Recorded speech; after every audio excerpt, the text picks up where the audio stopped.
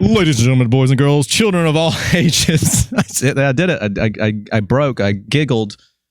This is the Wrestling Diaries, the podcast show for the average Joe, inspiration station, blue collar conversation, where we get regular people on from society to see what they wrestle with and just find out about people and what makes them tick and all that wonderful stuff. Check us out on all of our audio streams, Apple Podcasts, Google Podcasts, Spotify, and a host of other platforms that have audio podcasts. Leave us a review. It helps us show up in the algorithm. For the video content, go to YouTube, like, share, comment, and subscribe. Hit the notification bell right there for more content. Video is also on Spotify. Gents, everyone. Yes, and it looks very good. Check it out. Check out the video on Spotify or YouTube. Doesn't matter. Either way.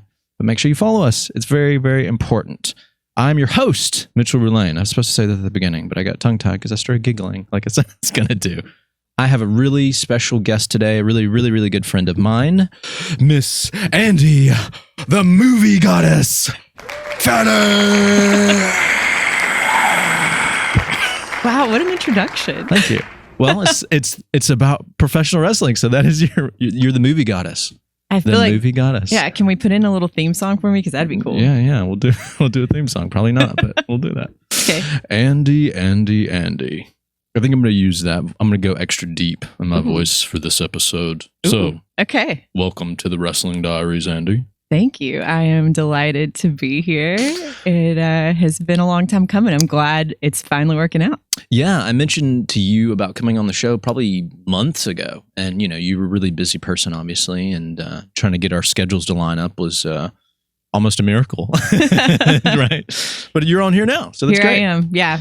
So I guess for anybody listening or watching, tell everybody what it is you do. Because I would do it, but I just feel like I butcher it. You do so many things. I don't know exactly what your working title is, but you work with movies and TV shows. So let's dive in. You got it. Okay. So in its essence, I'm a storyteller and have been for years. I came up through the ranks as a writer and editor in magazine publishing, but then switched gears when I really fell in love with art direction and I got into doing freelance prop styling and started working on commercials and other editorial projects, which sort of segued then into film and television world. So I am a production designer, art director, stylist, and general creative professional. Yeah. Did you catch all that, Matt? I was trying to explain your titles to him the other day, and I was just like, she does this and that, and then a little bit of that. Yeah. Well, and really it's all related. They sort of all overlap and intertwine. And I think storytelling is the one thing that combines it and ties it all together. So even if I'm working on interiors, whether that's at someone's home or on a movie set, I'm, applying the same principles. What story are we trying to tell? Is this a place and a space that we're just trying to make comfortable for people to feel at home in their own homes? Or is this part of a character's narrative and we want you to visually be able to just quickly learn about the person as you're learning about the character through their dialogue? So you are looking at all of the things that they are surrounded by and interacting with to help you understand who that person is. Wow. Yeah. How many years have you, I guess, worked for show business, entertainment, doing storytelling and whatnot? Like, what does that timeline look like? Yeah, so I went freelance in 2017. Okay. So I have been doing that job now for, what does that make it? Like five years and some change. Yeah, 5 years and change. Yeah. Wow. So it's been amazing. I think one of the things that really propelled me in this direction was the failure of a project I really loved. I was working on a magazine that was really my dream job. We were working with lots of creative people all around the globe. We were telling stories that were inspiring and interesting and showing workspaces and how people got into the creative process. And I thought, this is my dream job. I want to do this forever. And then the publisher decided to close that magazine along with another new launch. And so I was left with, this was everything that I wanted and now it's gone. And what do I do with myself? So ended up actually being one of the best things that ever happened to me. Wow. Yeah. Now, did you go to school for what you do professionally? Like, sort of. So I really loved magazines when I was in high school and have always loved to write. What was your favorite magazine? Just got to ask real quick. Oh, well, Southern Living was the one on my mom's coffee table. My buddy, Robbie Capinetto, he's a principal photographer for them. Shout out, Robbie, if you watch this episode. Hey, Which Robbie. you should, because I'll tag you because of this. Yeah. So I grew up with that magazine just always being on the coffee table at home. And I can remember flipping through it. And my mom had other magazines that she liked, but that was one of the ones that I loved. Whenever it came in the mail, I couldn't wait. Even as a kid, I was just like, let's see what's happening in the South. And I love pictures. I've always been very visual. And so when I went to college, I started off thinking I might want to be in broadcast journalism. And I took a couple of classes and I realized very quickly that news media was not the area for me because it's so straight to the point, just the facts, get it out, and make it engaging. It's actually really difficult. And I realized that I'm much more of a creative writer and I want to tell you all about the setting. I want to tell you all about the details of the setting. Yeah. And actually the name of my business is The Glimmer Train. And one of my writing teachers used to write that on my paper all the time because I used so many adjectives. She would say, Andy, you're on the Glimmer Train again.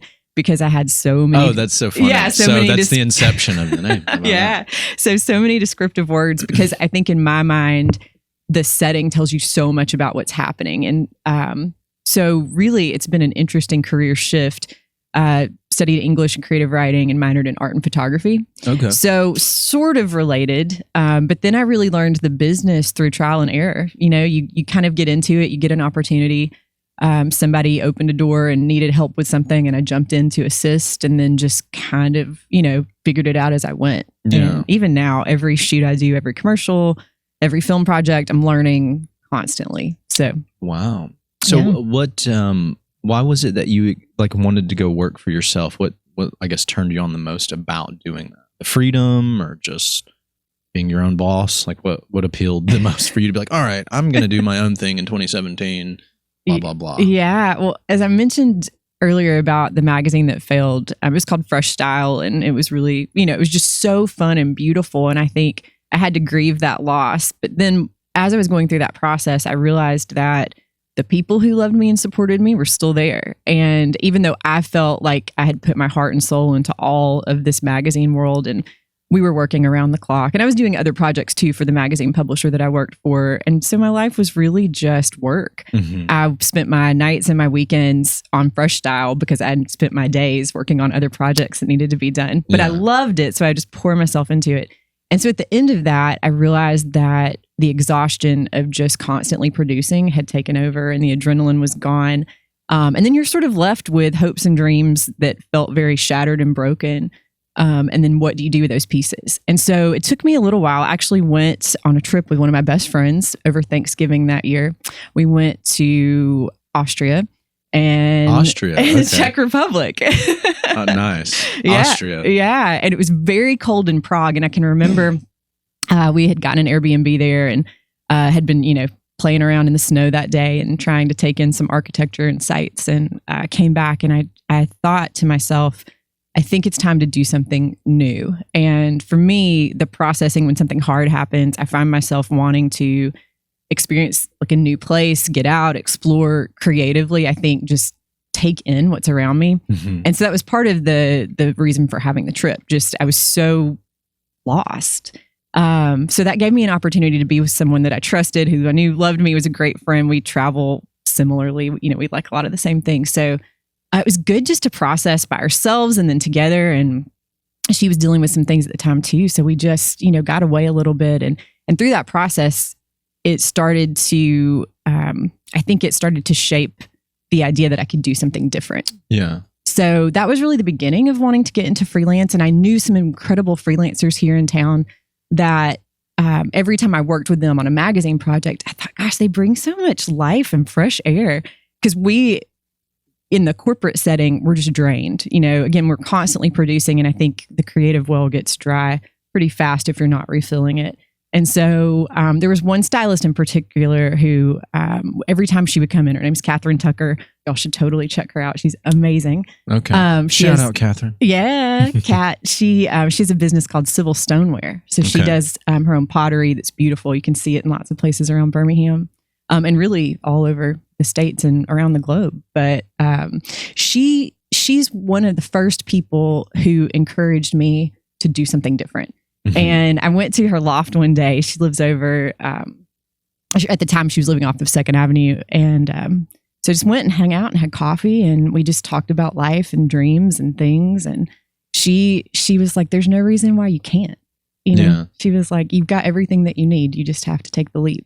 Yeah. And so You were nervous of it, right? You were Yeah. like, oh my gosh. yeah, well, you know, Sounds cool, but I don't know. What if I fall? that's right. And I I thought so much about other experiences in my life that required to take a leap of faith. And have you seen Indiana Jones and the Last Crusade? Of course. Right? Yeah. Classic. Yeah. So that moment in that movie, which there's a lot that I love, but that moment in the movie where he has to take the leap from the lion's head and cross over where he can't see where he's going. Yeah. And that's really what that felt like in my life. It was like, what am I stepping to? I don't even know. I just know that I can't keep doing what I'm doing because it was starting to just suck the life out of me. Yeah.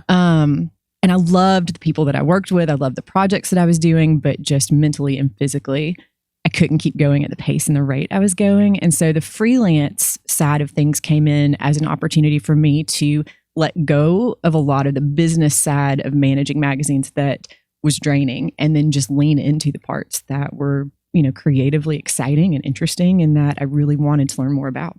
Wow. Yeah. Jeez Louise. It's so funny, like you talking about that and then also comparing it to The Last Crusade about the jump. I think about that. I was thinking about it and it was giving me anxiety because when I was a kid and I was watching that, I was like, oh my gosh, I don't think I could have done that. Like, yeah. Or then like I would have just been there for like a full like day or two. And then finally I was like, just screw it. I'm going to do it. Ah, and just like jump and just keep falling. Yeah. Oh, well. Wow. Yeah. That's cool though. I love it when people take risks and stuff like that. I mean, obviously taking calculated risks are the best kind of risks to take, like risks that have like a major league ROI, your return on your investment. Sure. So that way, if you do stick the landing, then it's very sweet on the other side. But yeah, I don't know. I like in this later part of my life, it's funny. You think it would happen more like when you're younger and you're more ambitious and wild and aggressive and all that. But for me, yeah, I've taken so many risks about like just doing things in my life, like quitting jobs and selling things and chasing after something that I want to do. This podcast is kind of an example of that in a way, sort of. Well, I mean, I say that, but I mean, me and Matt have kind of been doing this kind of crap since we were kids, and not for any recognition or money or audience. Just yeah. So, but I'm right there with you, sister. Yeah. Hey, I think too, there's something about like that fear of failure that for me, growing up especially, I didn't want to fail. I didn't want to disappoint anyone. I didn't want to let anyone down. And I thought that performance level was such a big part of your identity. And I think as I've gotten older, one of the things that was something that I really wrestled with in general, just all through the growing up years and really even into my 20s. And so I think starting to understand more about who I am, how I'm made, what I'm good at and what I'm passionate about, really the design of how you're made says so much about what gives you life and joy. So yeah. I think kind of stripping away that idea that I had to please everyone else and start leaning into what brings me joy? What am I good at? What do I want to do with my time? And that doesn't mean that I didn't work hard and hustle and I had to take a lot of jobs, especially in the beginning, that, were just things to pay the bills or make ends meet. Yeah. And I totally did what you said, prepared for the transition as best I could. I talked to other freelancers, I tried to read blogs and research and get books about what it's like to own your own business and talk to people who had done it so that I knew at least a few of the steps that I needed to take. And the most incredible part, I think, about the experience was that whenever I needed help, it seemed that someone always showed up.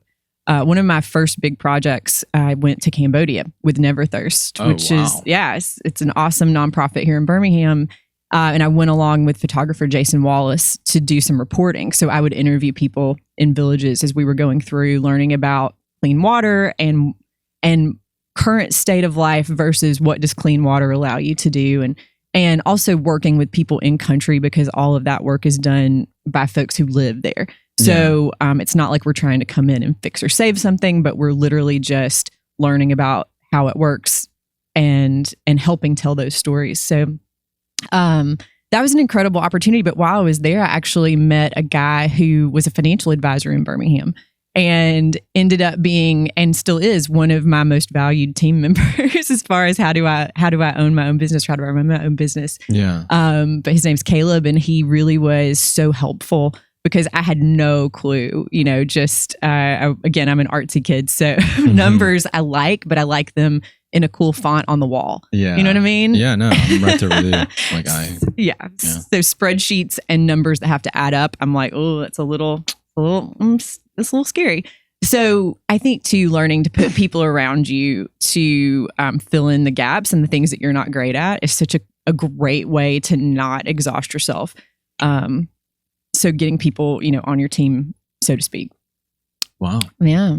So anyway, if you're a creative person, find that financial team to help you out if that's not your strength, because that certainly was one of the biggest things that has helped me over the years.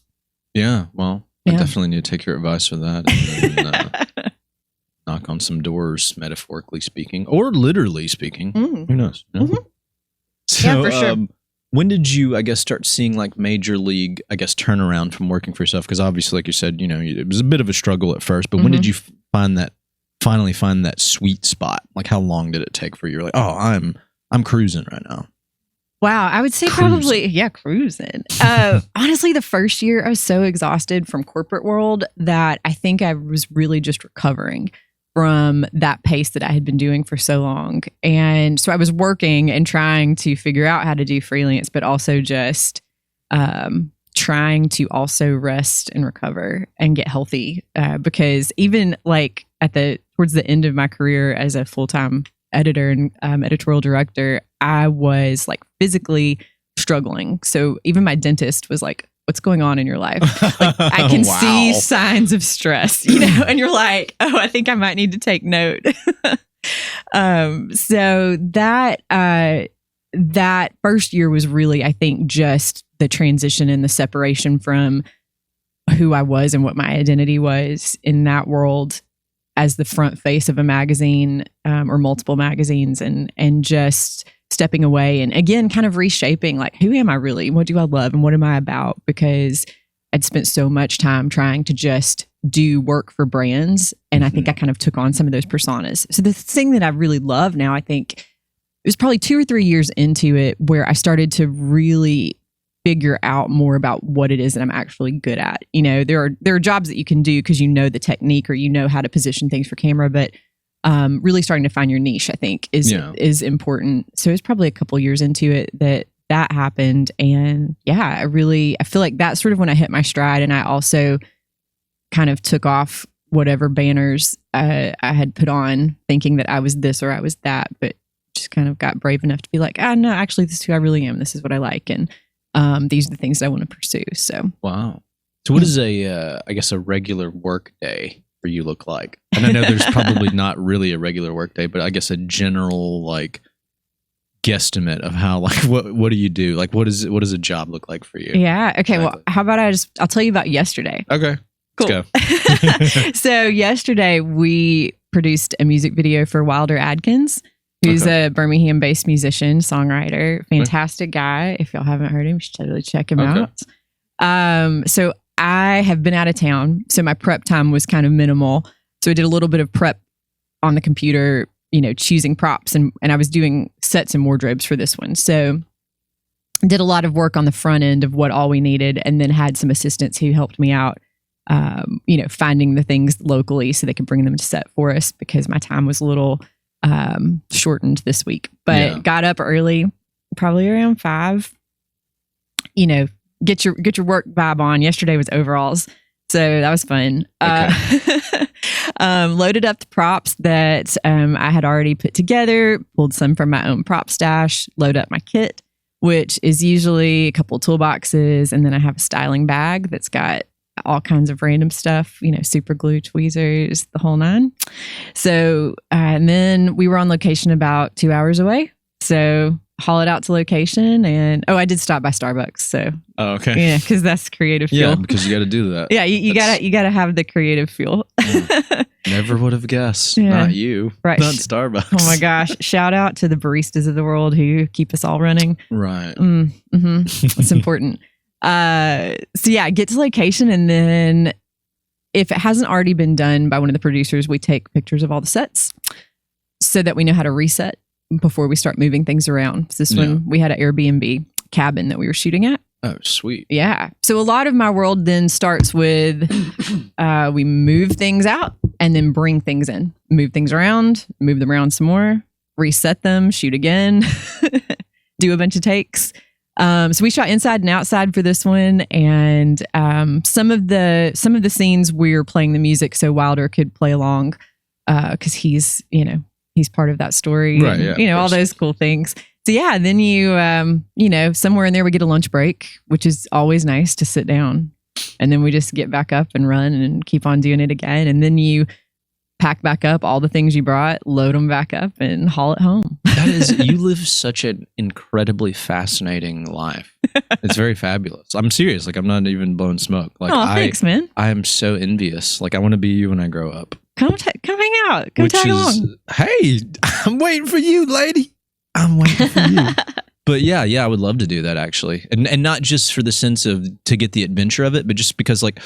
Also, no matter what I do, even if it's like mindless self-indulgence things, like if I'm like on YouTube for like 5 hours or scrolling through Instagram or whatever, I always I pick up some semblance of intellectual property from it. Like, right? Yeah. Like if I watch an influencer who's like doing a food review or a movie review, or they're doing a funny bit or something, like I don't just watch that and I'm just entertained. I'm like, man, I wonder what cameras they're using. I wonder how long they've been doing this. Yeah. I wonder if it's scripted. Like I think about like the intricate mechanics of what works. And so like I feel like going on a ride along with you not only would be like a fun adventurous thing, but it also like maybe give me some kind of education in something that I don't really know that much about at all, really, if I'm being honest. Yeah. So. Well, like I said, I mean, there's something new every single time. And and that keeps your job exciting, right? It's not monotonous. So it's like a new adventure. It's a new thing, yeah, man. I feel like I feel like there's so many people that could listen to this and not like, if there's somebody that doesn't think that's interesting, then you need to leave this planet right now. Well, I think that just goes back to that whole discussion about design, because we're all wired differently, right? And then there's all these tools that you can use that sort of help you understand. I don't know if you're like into the Enneagram or any of those, Myers-Briggs. There's lots of different things that I'm the achiever and the individualist. Oh, nice. Yeah. So those kinds of things can so help us understand more about who we are. And if you're not into things, that's cool too. But I think that the realization that we all sort of receive information differently, process it differently, and then like the things that get us super jazzed about the work that we do can be really different. I am an Enneagram 7, so which one is that? That's the like adventurer. So I like things. Sense. I like variety. I like things new. So this job is so great for me because it gives me the opportunity to do something different all the time. However, my roommate, who is fantastic, shout out Natalie, she is a physical therapist, and she really thrives on routine. So she loves working with different clients every day, and she loves the work that she does, but she also really likes there to be, she likes there to have structure in her day. Sure. Whereas my day could go 1,000 different ways. And I think when we actually became roommates a couple years ago, it was really hard for both of us because I'm very like free spirit gypsy world, and she's, she's so much fun. Oh my gosh. Yeah. But she also likes her structure. So when we started living together, even just like if we were going to have dinner together, me being like, hey, I'm still stuck on set, sorry, and to be late. It took us a little while to adjust to that kind of life because it's just very different for both of us. But it's been good. It's nice to I think to start to appreciate the things that other people value that are close to you so that you can hopefully better get your groove together on how to do life together. Does that make sense? Yeah, 100%. Yeah. I need to I feel like in your comparison with your roommate, like your life is a little bit more chaotic, right? Hers is more structured or organized. But even yours is still like, it's an organized chaos, right? I feel like my life is just chaos with a very small semblance of order. Like I need to create borders because there's all these things just floating around in limbo. I need to border them up. And that's something that I wrestle with personally, that I try to deal with. Is just that organization. So easy to let things slip away from you though, you know? Oh yeah. Actually, it's a very distracting world we live in. I had this very similar conversation with Van Hollingsworth. There's another musician in town, but we were discussing creative process and the wrestling of how do you as a creative find discipline in order to get the projects done that you want to complete, but then also the creative freedom to sort of like let the muse inspire you, and just that tension between the two things, and how, you know, I feel like a lot of the people I know who are successful as songwriters, screenwriters, and really even actors, like working on your craft and developing it and giving it time, but then also like giving that creative process a minute to breathe. It's different for everyone, I'm sure, but having some structure built in to help to give you a little bit of some kind of disciplined routine seems like such a good thing. I have not mastered that yet. I mean, I have projects personally that I'd love to finish, and I find myself going, maybe one day I guess I'll work that in, but I haven't quite planned for it yet. So a lot of those things are just like, you know, a little bit up here floating around in dream world. They're not quite reality yet. Nice. But I have hope that, you know, one of these days. It's good to have that. It's good to have that, though, right? Because it's goals. It's something to chase after, to look forward to build up to. For sure. Yeah. That's, God, I usually try to mix the conversation up. We've been talking about your work for like a big bulk now, but it fascinates me. So this is just like talking about it. Like it fascinates me, and also like want to learn more about it just to understand it. Because you have a very interesting professional life. Like you are absolutely a very rare person in that format. Thanks, man. The job thing is interesting because it's not who I am, but it is an avenue in which I get to use a lot of the skills and talents that I have, and I get to meet the most amazing people. So as a storyteller, again, that's really the thing that I'm after. I want to help people tell the story that they have. Just tell. That brings me joy. That makes me feel like I'm living my purpose. I'm reaching my goals. That is the core of who I am, is like understanding another human and then helping them, if it's something they want to share with the world, like helping bring that to life. So I really love that. And I've met, again, like just get to meet the most incredible people. And, you know, a lot of times too, we're out in the hot Alabama sun or Mississippi, you know, Nashville, Atlanta, you name it. A lot of times we're out in the middle of nowhere doing hard things that are dirty and sometimes challenging, you know, wrestling with whatever wildlife comes your way, and trying to figure out how to clear paths for talent and pull off some kind of, you know, low budget special effects when we're not on big budget projects and things like that. So it has its highs and its lows, but certainly I think that the reason I stay in it is because I really love the people I work with, again, and get to do things that are pretty cool most of the time. Me and Matt understand a little bit of that. We used to, when we were teenagers, we had our little backyard wrestling club. And so we dressed up in fantastic, crazy costumes and used silly voices and beat the hell out of each other with steel chairs and suplexes. And we filmed it, and it was episodic, and there was a storyline, and we did it. And there was no audience. It was just us in our friend's backyard. It was about 8 guys. Wow. And so, and we did all that. And we got dirty and bloody, and right, Matt? That's elaborate, but also amazing. Right. I like it. Yeah. I'm so for it. I remember people being like, "What do y'all do? You're going to get hurt." And like, "What is this for?" It's like, "Oh, we like doing this. We're teenage boys. What do you mean?"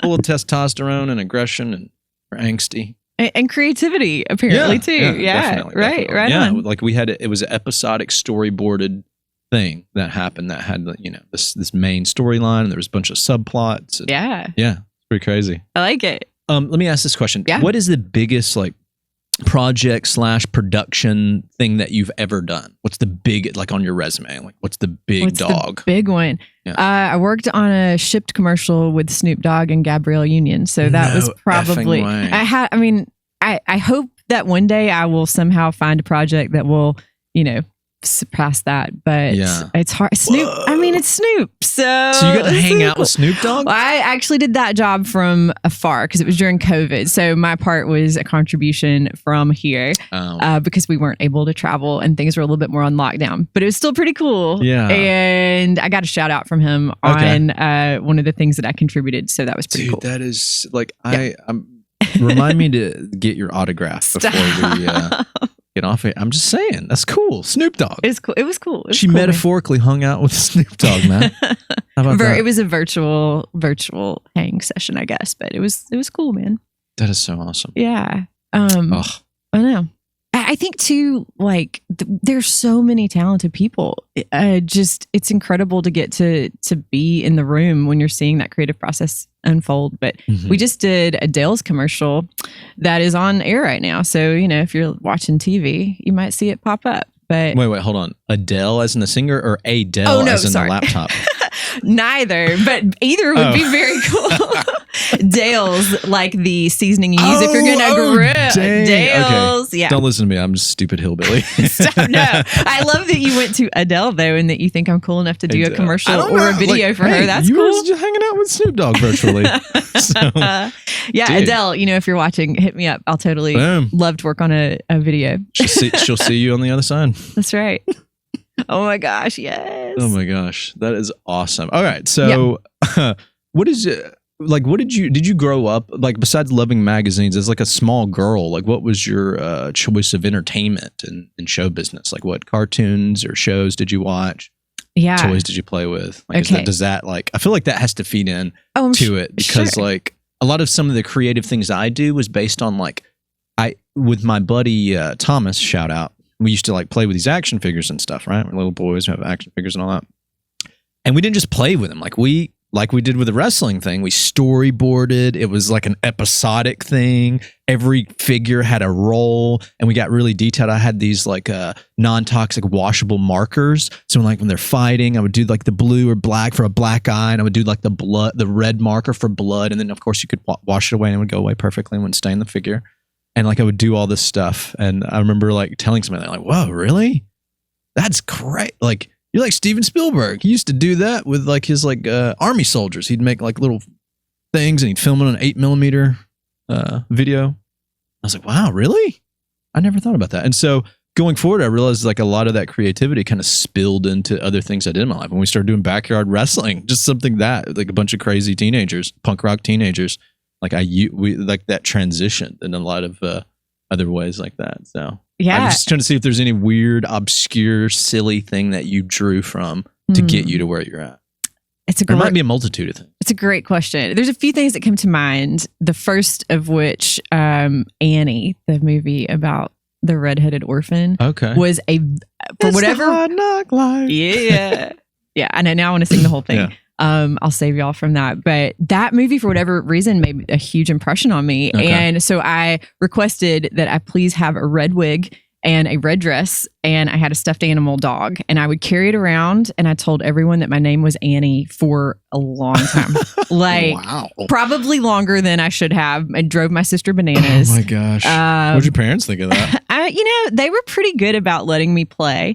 And they sort of down with it. I did ask my dad to shave his head so he would look like Daddy Warbucks, and they drew the line. Did he do it? Did he shave his? He did not. No. Come on, Dad. You can still do it. You can still do it. But he would sing with me from time to time when I think probably was just overly like in Annie mode. He would like humor me, probably to get me to then be quiet, but every once in a while he would humor me that way. But I loved The Wizard of Oz. I can remember watching that with my family and just loving how when it went from black and white to color and just the impact of color. Again, I think that sort of played into why I loved color and design so much and still do, seeing that big change. So those were probably the biggest things. I can remember playing with our neighbor down the street. His name is Matt. Shout out, Matt. Or having the most amazing G.I. Joes and Star Wars figures. I'd bring my Little Ponies and crossover. Yeah, like, He-Mans and all the things. So it was awesome. A big, juxtaposition of worlds. But I liked that the My Little Ponies could hang out with the Star Wars guys and it was fun. So there was a lot of that. And we would build big worlds and we would play outside to sort of recreating what we did with our figures outside. And I think one time we built a trap in the woods, near the house, which was really just some pine trees that divided our house from the neighbor's house. But nice. It was a good time. Kind of reminds me of a story like me and my buddy Thomas was telling you about. We went to his cousin's house, and she had this I used to love doll houses. I didn't care if they were supposed to be for girls or whatever that means. Yeah. But I just loved the structure of them and the sets and the couches and all that stuff. And so we had our superhero figures and all that stuff. And she had like her Barbies and different stuff. And we were like, oh, and we were like playing, and she just enjoyed it. And it was a lot of fun. I still remember this as kids, but I just remember seeing her, and I'm probably like, I don't know, 10, 9, something like that. And just seeing her like lit up because like these rough and tough boys are bringing their like their superhero figures up to play with her and her Barbies in the house in unison. And it was just this it was a really great moment. It was very, very silly, very fun. But okay. Yeah. Cool. So the things that you named, Annie and The Wizard of Oz, are very theatrical, like very theater driven. Yeah. Like, did you do a lot of theater growing up? You seem like I did some. Yeah. I mean, I would not say I was a theater kid because we didn't have that as an outlet where I lived. Okay. But I played a lot of sports. My dad was a coach. So the artsy side and the sports side sort of like butted heads some. And, I see. Of course. Yeah. You can be both. Yeah. You totally can be both. Right. Like the artsy athletic kid, which sounds great, but it is sort of an odd combo in a lot of ways. And so I think I leaned into the sports side a lot more because that was what my family did. My dad played sports when he was in college and was a coach. So he coached our teams. My sister was a fantastic and still is a fantastic athlete. And so I think I wanted to be like them. And I love sports too. I mean, I played basketball since I was pretty much old enough to dribble and picked up tennis and volleyball somewhere along the way. And I still love those things. But those have been helpful because of just like the discipline you need to be good at anything. Sure. Just having to go to practice and stuff. But we also had horses for a long time. So it was just, I think growing up, I had a lot of outlets, and my mom is really into music. And so I would sing in the church choir as a kid and kind of do a little bit of that. And then when I got into high school, we had a drama teacher, I think for 3 of the 4 years that I was in high school. I'm not sure what happened that other year. But Miss Mitchell, hey, Miss Mitchell. Nice last name. Yeah. She was amazing and super encouraging. So when she was there, I got to do some theater things. I think I was Glinda in The Wizard of Oz when we did that. Yeah. And then this is really random, but I got to be Sandy at the end of Grease, not for the whole thing. When she goes to the bad girl. Yeah, just when she was a greasy girl. Yeah, it's the girl. That's when she's the hottest. I mean, she's still really cute. She's cute. Yeah. So I can't remember exactly. I didn't like her hair though. It was a little weird. Yeah, I don't know what exactly did the happened. hair differently. I would have been like, man, this is the alpha female. Right. Yeah. I'm not sure how it all happened, but I just remember that whoever was playing Sandy through the whole thing, for whatever reason, couldn't do the end scene. So I was Sandy at the end. My one Grease moment. One of my favorite scenes from that movie is where they go into I forget the name of the diner they always go to. They frequent. Oh, yeah. But he goes in there. It's Sandy and what is his name? Zuko? Oh, yeah. Tony? Danny. And then they walk in there, and then the waitress is like, oh, what can I get for you, Danny? He's like, oh, I'm not really hungry. Just give me a double polar burger with cheese with everything on it, and like chili cheese fries and a large chocolate shake. And then Sandy's like, ooh, that sounds terrific. I'll have the same thing. And he's like, oh, man, you eat a lot. Yeah. Like, what? You just... Anyway. That's like literally my favorite scene. Yeah, it's good. There's a lot of funny moments in Grease. And I think also watching it, I went to a sing-along once with some friends in Marietta, Georgia. Oh, heck yeah. And it was really fun, but I also was like, I had no idea this is what they were saying the whole movie. So I learned a lot. But yeah, it was fun. I am totally down with musical theater world. I love to go to shows and theater. And I think Birmingham actually has a really cool creative community in that side too. So I do some props for our children's theater here from time to time. Yeah, which is a blast. Props for theater is also a whole other world because you have to approach it so differently. In movie world, I can rig so many things because they don't have to last a long time usually, depending on what the proper set piece is. But for theater world, those things get used so many times over and over, sometimes back to back. in performances. So it's just like such a different skill set. I had to learn a lot when I started doing more theater. But since you work on sets, and I'm sure you understand, like to make something more attention grabbing for like a scene or a video or a visual, like you want to like make things extravagant, something pop, colors, textures, and stuff like that. I'm sure you understand all that.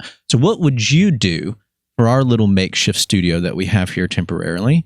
What would you add to spice this up to really grab people's attention so when they watch the wrestling does, like, oh my gosh, is that a dragon in the background? Like, what would you do to this place if you had free range and we're like, hey, do something with this, Andy? What would you do? I mean, it's pretty groovy. When I walked in, I think I even said, wow, this is cool.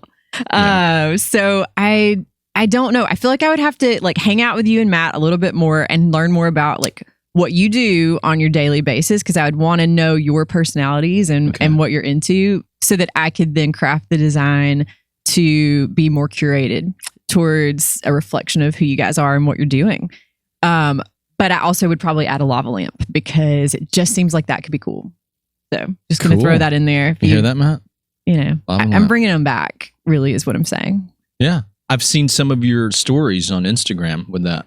Yeah. No. Yeah. You know, I totally dig cool spaces to hang out in and just have great conversations and, you know, whether you're listening to music or just kicking it. But I'm totally down with that. A friend of mine, her parents live here in Birmingham and they have a basement hangout that her dad calls the Starlight Ballroom, which is the chillest, most amazing space to hang out in. But it's like his work garage. So there's like tools on pegboards, but then there's all kinds of fun star decor and lights and vinyl everywhere and vinyl records, not vinyl decorations. Right. Yeah. But it's great. We just go over there and listen to music and he has a cooler with stars around it. And it's, you know, such a good time. So little things. I wish I was your friend, Andy. So I could hang out with all your other friends. Yeah. Gosh, you know what? I think we're already friends, man. I'm messing with you. Yeah. I joke around a lot and I'm very jovial and silly and all that. But I really mean most of the things, if not all the things I say, right? Like, about that stuff. Like it fascinates me. The other night I played there's this game that just came out, Matt, you should really check it out. It's called Teenage Mutant Ninja Turtles Shredder's Revenge, and it's like it's a 2D. They went back to the old school like Turtles in Time in the arcade, and it's like that, but it's updated for this version. You can play up to 6 players. Casey Jones, Splinter, and April are playable characters. There's like this great game engine. It's super awesome. Anyways, the point is I'm getting off on a tangent. We'll talk about that after this, Matt. But the game is and it reminded me of being a kid together. And I played it. It was just 3 of us playing last night. And it was so much fun. We were like laughing and I was giggling. I'm like a grown ass man.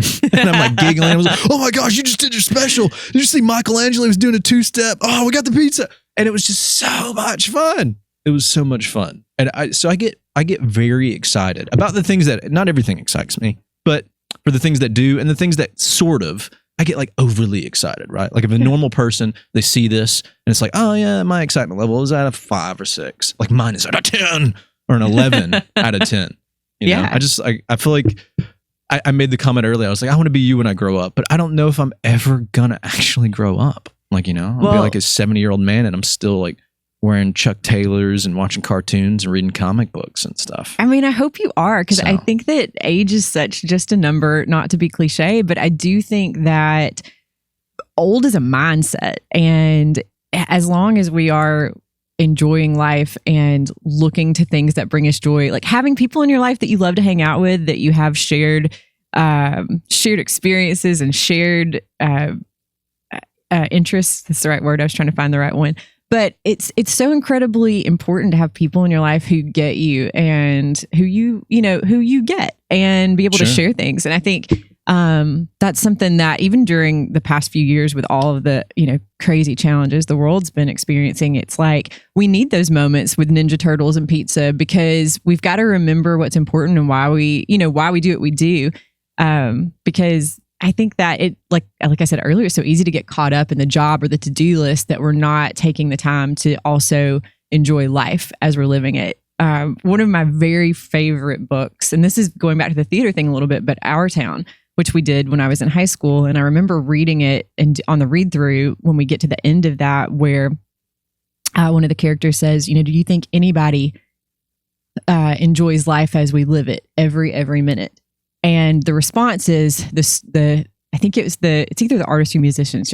We'll look it up and put it somewhere where people can read it because I don't want to misquote. But okay. I think it's like the writers and musicians, maybe they do some. And it's like this thought that taking life and finding those moments to like Walt Whitman it, suck the marrow out of life, right? Like you want those, we need those, or else what are we doing? Walt Whitman. I have Leaves of Grass at home right now. Yeah. On the bookshelf. Very good. Yeah, there's just something about, I think, again, going back to sort of having a purpose and a why you're doing what you do, because we could just work to get a paycheck, but it's nice to also have things in life that if you've got a why, like doing the things that get you to the end goal are worth doing. And it gives you a lot more motivation to get up in the morning and do it. So I can remember days where like Sunday night would roll around and I knew I had to go into the magazine on Monday and just feeling the weight of that and struggling with depression, struggling with all sorts of things and just having to get up. It was so hard to get up in the morning to go to work. And I had lost the why because I had sort of lost myself in the job somewhere along the way. So the freelance thing for me, and that's of course not the solution for every single person, but for me, it was the way for me to let go of the things that I felt like I could no longer hold and reimagine my life in a new way. So I did a lot of things to get to that place. I got rid of a sports car that I had and I like bought my mom's, old Camry and I drove that, and loaded it up with props on my first shoot. And I was like, I don't know how I had props in every part of that car. Wow. There was not a space that didn't have a prop in it, but I did it and I just kept doing that until I could at some point do something different. But it was, for me, it was such a like life-changing moment to say, okay, I don't want to work to have a house or a car. I want to work to live in a way that I can enjoy my life so that there would be a new balance to the work. So I just sort of changed the seesaw, if you will. And nice. I didn't decide that work was an important thing. I just decided that it would not be my whole life. And It changed a lot. It's very insightful. Yeah, there you go. Ande Fanning, movie star goddess, the video creating vixen. I'm gonna make that my tagline from now on. You better. What are the things that you wrestle with in life? What are the monsters and demons under your bed and in your closet? Try to keep at bay. What do you wrestle with? Ooh, it's a deep question. I think that identity, as I mentioned earlier, was something that I wrestled with a lot as a kid, and that even now, sometimes I still will wrestle with that. Who are you, and what are you about? I think that I also wrestle with the weight of living life in such a way that I'm not letting it pass me by, because it is easy. You get busy, schedules get busy. And I don't have it all figured out, right? Even though I'm freelance now, I still struggle with like work-life balance and how to make it all happen. So yeah, I certainly wrestle with wanting to make sure that I'm living my life in such a way that when I get to the end of it, I can look back and say, wow, I really like that story I told. I really didn't want to get to the end of my life and be like, wow, I made a lot of magazine pages.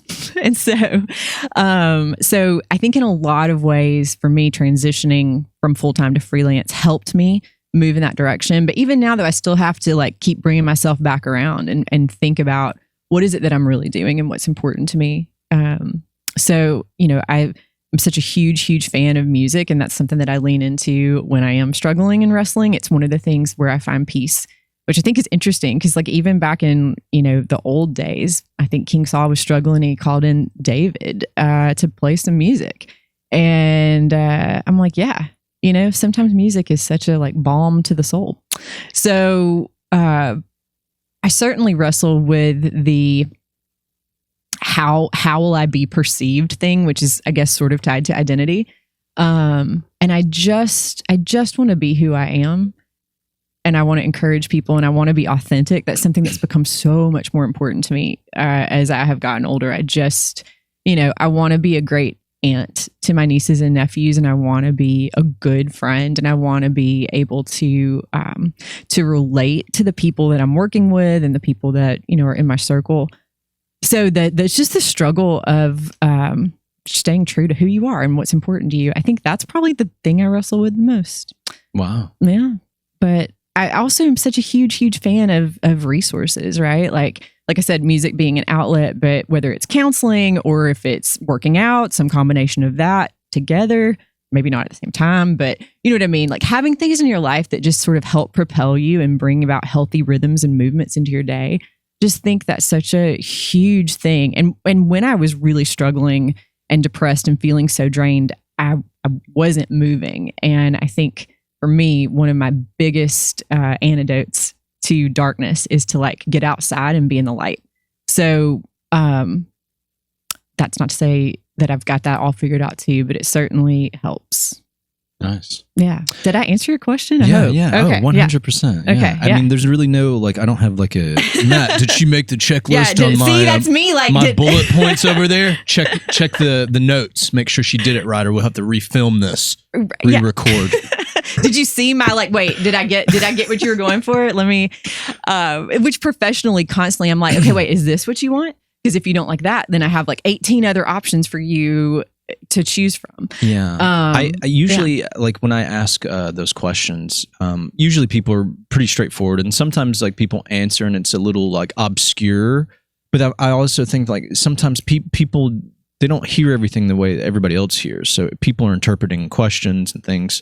That's the interesting thing about human beings, right? Everybody, there's this filter over everybody's eyes and ears and mouths, and it comes out so differently. So that's why it's so crazy to me that people are so judgmental. They're not actually thinking about how, like, oh, this person, some people like onions and olives on their pizza, and other people just like a plain cheese. You know what I mean? So it's like, you know, there's no wrong or right way to really answer that. Unless I was like, okay, what do you wrestle with? And they go, well, so,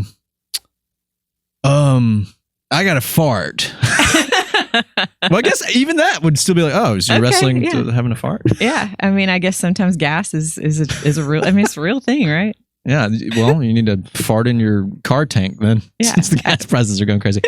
Let me ask this question. So me and Matt working on this top secret project right now, right? Bring it on. Make us trillionaires. We love a top secret project. Telephone time machine. How about that being a prop for you? Right? Okay. All right. And we let you borrow our invention, our device. Okay. And you can pick it up and you can dial Ande Fanning into the past. And let's say it's an Ande Fanning that was the most down on her luck, going through the darkest part of her life. An Ande Fanning that you feel now would be the one that would benefit the most from having a conversation with you from the future. What Ande do you call? And what do you say to her, madam? Oh, wow. That's so good and deep. All right. I think I would call 15-year-old me. Okay. I had just turned 15 and my dad had passed away. He had cancer. And I think I would tell her that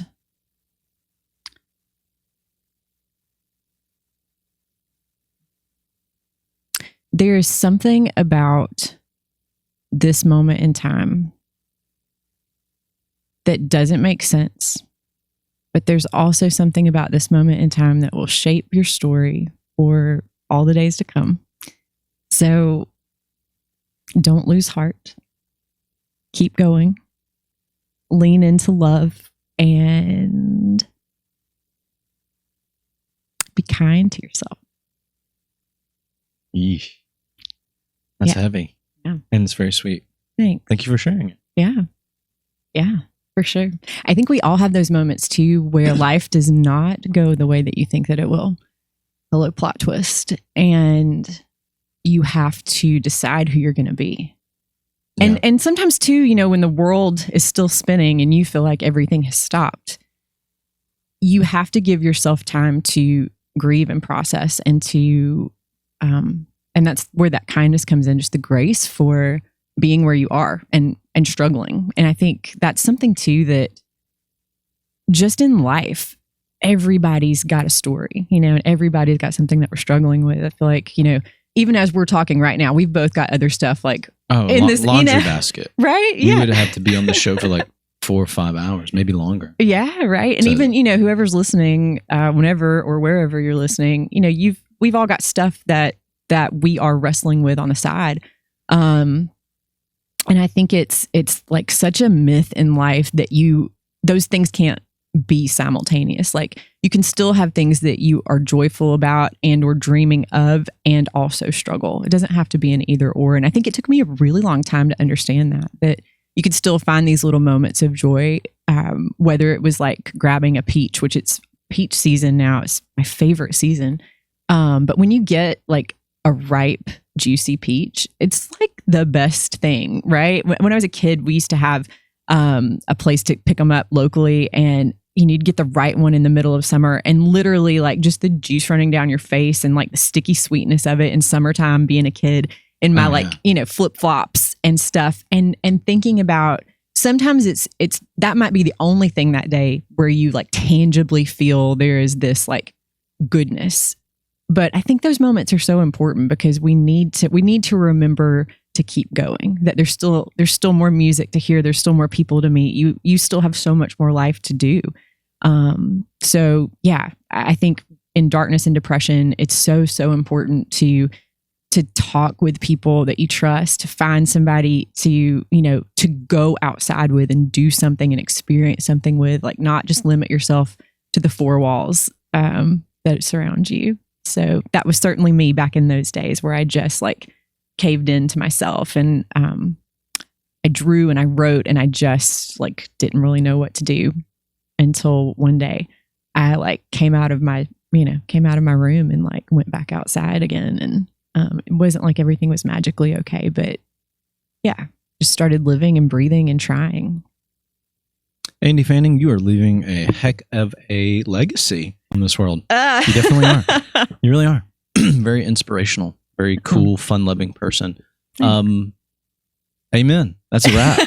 I don't think any other words be spoken. Aww. Yeah, cheers. Cheers. What? Let me get you to, I guess, promote yourself. Promote your social media, your business, people looking in, or just whatever. Yeah, sure. Okay, yeah. Well, I would love to chat, hang out, just catch up in life in general. But if you're interested in the business, the website is theglimmertrain.com, glimmertrain.com. Same on all the social things. And yeah, that's pretty much it. If you want to write something, if you want to produce something, if you want to create something, I'm your girl. But yeah. Also, if you're a musician and a songwriter and you like want to play around, I always love a good musical sesh. So I'm such a huge fan of songwriters. I did it way back in the day, but mostly now I just like to, I like to hear people and give ideas on how I can help them tell their stories. Man, you got to start collab. Shine's really growing in her music exploits. Right now, she's so really talented. She just signed up for this like downtown Birmingham like thing where they're like hiring like artists and musicians to do stuff. And she's playing this big show at Little Italy in July. I'm such a fan of hers. I just think she's so incredibly talented. Oh, one thing I was going to say before we do sign off. Anybody listening to this who is they're struggling in corporate world, as you said. It's funny. I thought of a theme park of corporate. Come to corporate world, and it's very gray and dark. And there's this conveyor belt that moves super slow, and there's animatronics. And it's just and then a roller coaster you get on, it doesn't have any drops or anything. It just takes you flatline linearly. And then there's like this big colorful, out of all the grayness, there's this big colorful door that was like, it says escape from corporate world. And then you go in and it's like fun world and it's colorful and there's big roller coasters on that. There you go. Multi-million-dollar idea for a theme park, ladies and gents. In a couple of years, that'll be a thing. And I'm like, dang it. All these millions I could have made.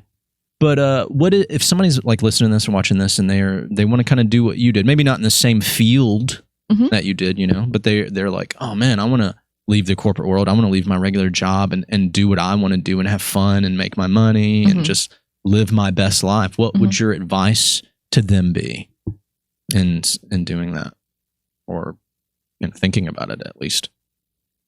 I spent a lot of time praying about it and thinking about it before I ever made a move. I would say that one of the most important things I did was talk to people I trusted about it. People who I knew to be wise with their time and their money and who were doing things that were moving them in the direction that looked like a healthy pattern, and not just looked like it on the surface, but like I genuinely knew that they were loving the direction they were going in.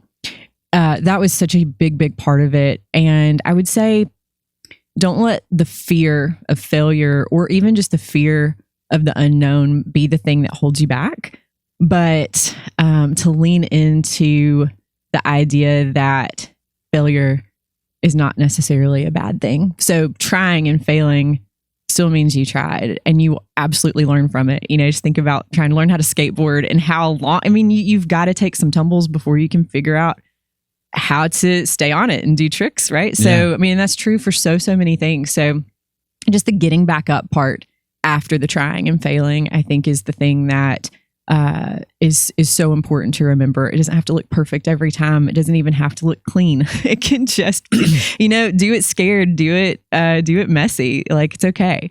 But moving towards the things that give you joy and purpose, I think, are such a healthy thing to do in life. So nice. I say go for it, but be mindful. Awesome. Thank you so much for being on the podcast. I really Thanks enjoyed for it. having me on. And I'm telling you, I want to come on this ride along you're talking about. Hey-o. I have you on record now, audio and video. Yeah, you saying do. it. You do. So if you don't do it, I'm suing you. That's it. Okay, well, we'll find a not closed set and we'll see what we can do. Let's do it. Ladies and gentlemen, I hope you enjoyed this episode of the Wrestling Diaries. We have Ande Fanning on here, the movie star goddess, the video creating vixen. Check out her content. I'm going to have, when I write the synopsis, I have everybody's stuff, their websites and their social medias and all that stuff. So I'll have that on there as well. Cool. And I hope you enjoyed today's episode. Check us out, The Wrestling Diaries, Spotify, Apple Podcasts, Google Podcasts, and a plethora of other platforms that have audio podcasts. Leave us a review. It's very important and we appreciate it. For the video content, go to YouTube, like, share, comment, and subscribe. Hit the notification bell for more content. Video also on Spotify. What I picked up from today's episode, in kind of like piggybacking on what Ande was talking about in closing, failing, yeah. And even if you fail and you don't do it, like she said, at least you tried. And trying is still moving in a forward direction because progress is not linear, right? It goes back and forth. But as long as it's trending, if you can see it trending upwards, then that's success. That's wonder. You know, it's great. I always try to tell people too, is like everybody wants to get from A to Z instantly, right? Especially in this fast-paced world that we live in.